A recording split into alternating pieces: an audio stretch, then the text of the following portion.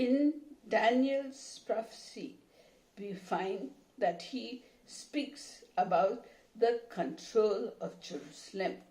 In chapter 9 in the book of Daniel and verse 27, the second part of it, Angel Gabriel is telling Daniel, 70 weeks have been decreed for your people and your holy city. So it's talking about the holy city of Jerusalem.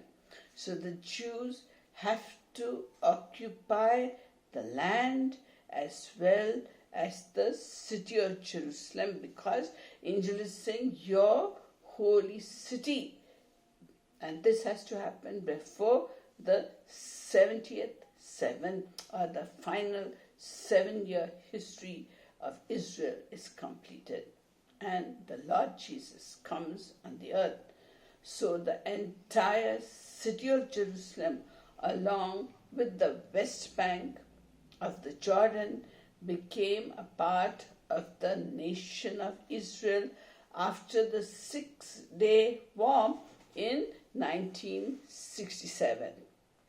So the 70th week prophecy could not be fulfilled until Israel took possession of her land and control of the holy city of Jerusalem. So in 1967, the last historical barrier to the second coming of Christ was completely removed. And now it gets more exciting. In 2 Thessalonians chapter 2, verse 3 and 4, we will see how the rebuilding of the temple will take place. So 2 Corinthians chapter 2, verses 3 and 4 says, "The man of lawlessness is revealed, the son of destruction, who opposes and exalts himself above every so-called God or object of worship, so that he takes his seat in the temple of God, displaying himself as being God." So the temple must exist on the Temple Mount. Then only can the Antichrist take his seat there and demand the worship of the world in the middle of the 70th seven. That means a group of 7 years. That is the 70th group. So the Antichrist must take his seat in the middle of the 70th seven. That means after 3.5 years. So the old temple site is now occupied by the Muslims, and getting the temple built there may cause an international upheaval, and there are billions of Muslims in the world. They would retaliate. So the temple on Mount Zion was destroyed by Titus in 70 AD. So something that the Muslim Dome of the Rock Mosque is on the Temple Mount. But many scholars think that the actual site of Solomon's temple is 100 yards north of the mosque, and it's in the dome of tablets. If this is the case, then Israel could rebuild that temple on the site of Solomon's temple without disturbing the Muslims in the sacred dome of the Rock Mosque. So there's the dome of tablets, and many believe that Solomon's temple was built there. So let us see what happens. So there are 3 possibilities in this case.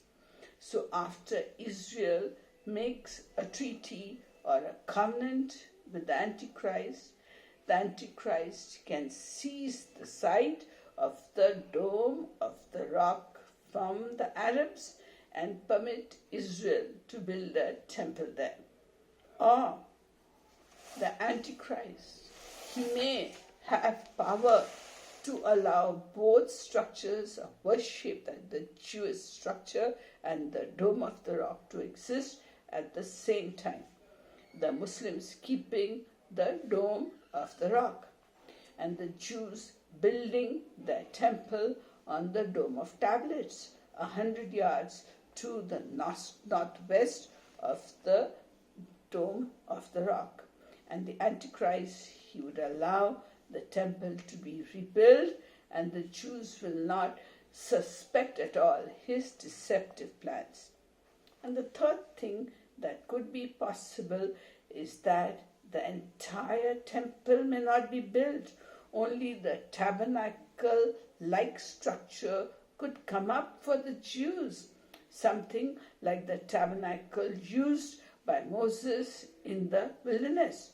So the Greek word used to describe the temple fully permits that view.